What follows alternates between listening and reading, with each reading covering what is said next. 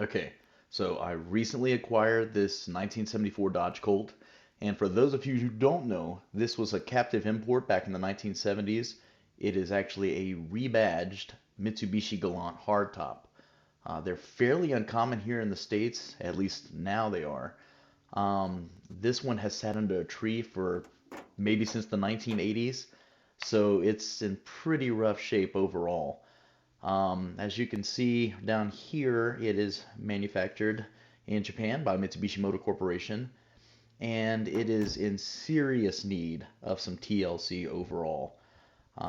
Really looking forward to getting into it. Yeah. So before I even can get this thing anywhere, I obviously have to replace these flat tires, put some decent wheels on it to get it up on the trailer.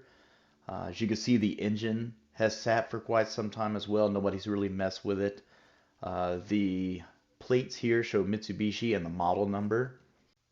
Here's a picture of it on the trailer, and here is a picture of it once I started kind of getting into it and starting to dive into it some. Getting it to the shop, I wanted to go over the engine and just kind of see what I was dealing with. Being that it sat for so long, I knew that it was not going to be a promising thing. Just knowing that the rubber was probably shot, that just the wiring was probably chewed through, and there was just a lot of issues. Um, this is actually after some cleanup, so it looks better than it did when I first got it. So as I took off the thermostat housing, I automatically knew that this wasn't going to be the greatest thing ever. I could tell that starting this thing might not be the greatest idea, or attempting to start it, I should say. Heading over to the intake manifold where the thermostat housing was actually done, you can see down in this hole, it's not looking good. I mean, this is just gross.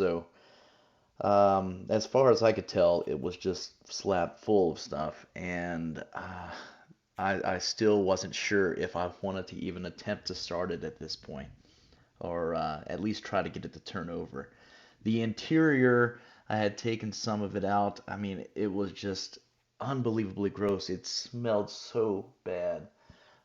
There's no telling what used to live in here, what I might find that may still live in here, and obviously the interior is shot for the most part.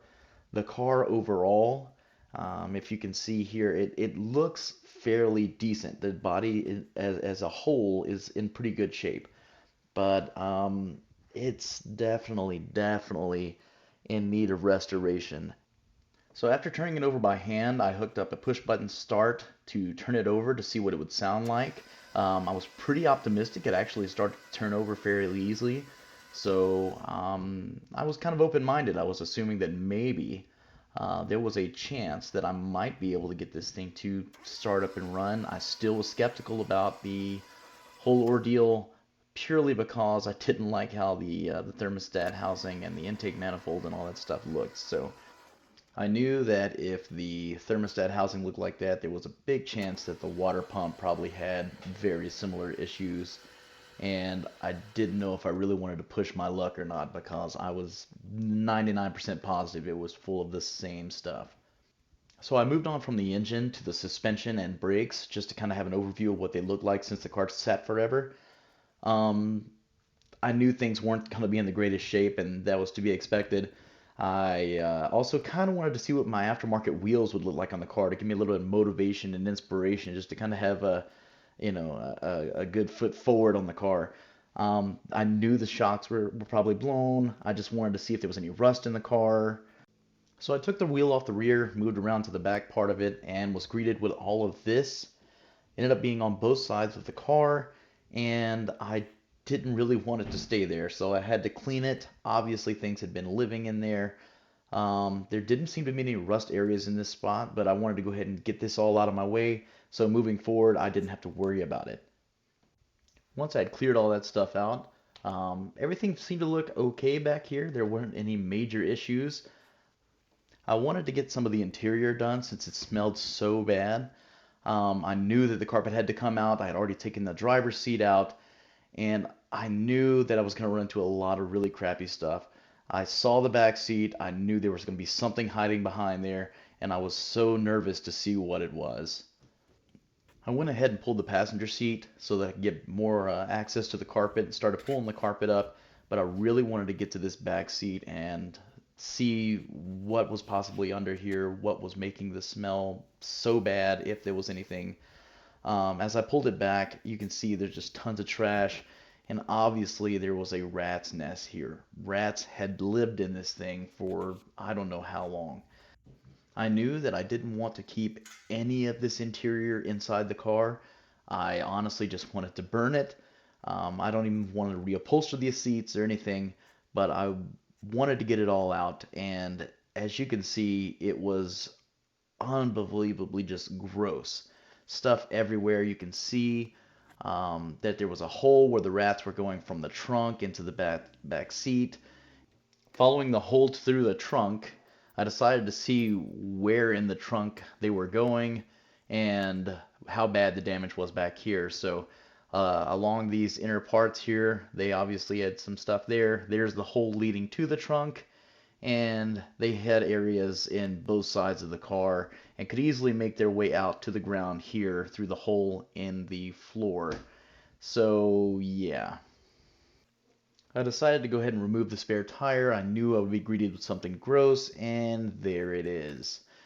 And yeah, I wanted to take my mind off for a second. I had to look up at all the seals and everything I'm going to be replacing so I didn't throw up.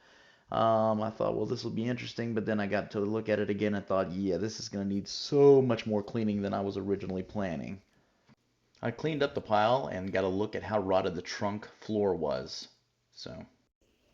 So before diving back into the whole cleaning out the stuff, I decided to stay motivated. I took out the front grille, I put the wheels on the car just to kind of give myself an overview of how the car would look. I let the car air out. I just wanted to get the smell out of there. I swear, when I took out the back seat, it was way worse. So I left it there for a while and just wanted to let it do its thing, let it air out, just kind of look at the car. Okay, this looks good. I figured I would spare you all from seeing me clean all of that crap in the interior. I figure you've seen enough. I didn't want to go back through it.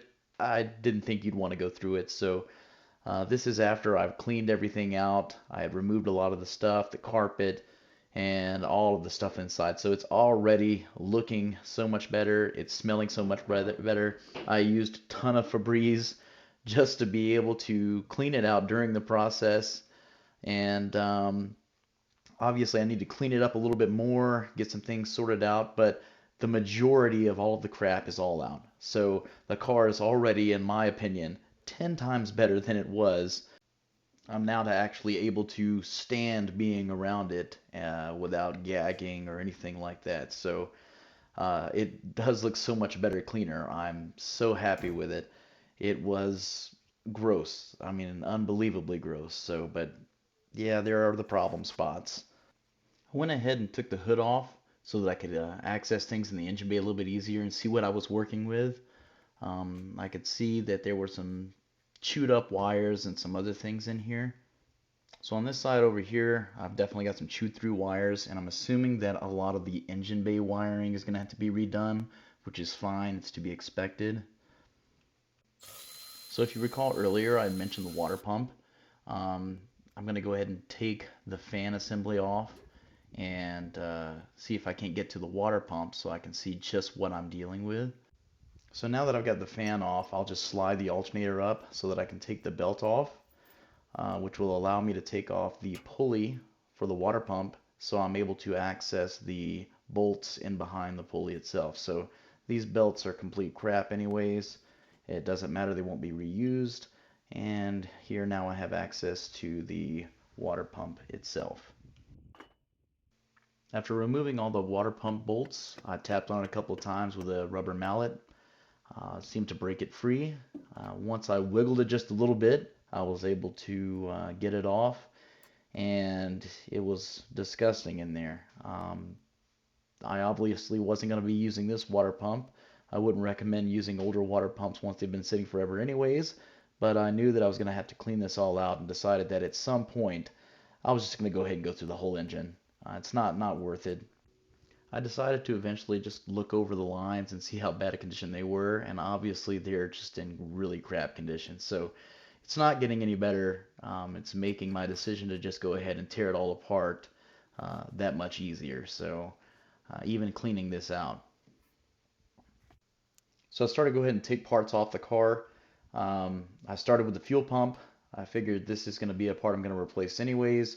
So I wanted to go ahead and at least get it out of there and see what it was going to be looking like here on the inside. So I moved on to the distributor, decided to go ahead and pull it. So after the two bolts that were holding it in, I worked it loose and pulled it out. And just wanted to look at the teeth here and see how bad of condition it was. From this angle, you can kind of see down in here where the distributor was, where it meets up. And I couldn't shine a light too well down in there, but you kind of can see a little bit.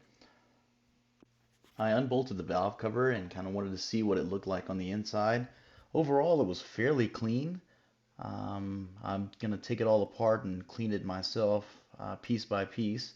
I may replace some things just depending on how much wear is there, but it was clean overall after been sitting for so long. I moved on to the exhaust manifold after that. I figured I'd go ahead and take the exhaust manifold off so that I could unbolt it and get the block and the engine itself pretty much free and clear of everything for when I do decide to pull it. I kind of wanted to have a look at the exhaust ports. Here you can see inside the exhaust ports and see the exhaust valves or so. I tried to light up what I could. Overall, they don't look too bad. I mean, like I said, I'm going to tear this whole thing apart and redo it all anyways, but just normal stuff for an older car that had ran for however long. But yeah, that's the exhaust ports. I moved back over to the intake side to have a look at the carburetor and noticed after I'd unbolted it or started to unbolt it, there were quite a few things missing here anyways. Obviously there should be some kind of bushing or so here and it's completely gone, shot, as I said, gone. But yeah, there's obviously something that definitely should be there. It was time for the carburetor to come off, so I tapped it a couple of times with my mallet, and it was fairly easy to take off after that. I knew it was going to be somewhat stuck, but it came off pretty easily. That bar that I showed earlier was kind of hanging it up, but once I got it free of that, it came right off and stuff flew out. So that coolant passage that I had showed earlier where the thermostat housing was full of stuff that fell out, and this is such a nightmare of a carburetor. But going into the head, you can see where that stuff is as well. I mean, it's just caked in there. It's just coolant's not going to get through there. I'll put it that way. And I figured if I'd looked at the exhaust ports, I could look at the intake ports. So here are the intake ports, and we could see the valves there. So overall, that's the beginning stages of me tearing apart my Colt slash Galant. Um, Hopefully you guys will stay tuned and see what else I'm gonna get into with it. So anyways, I hope you're all doing good. Take care. Talk to you later. Bye.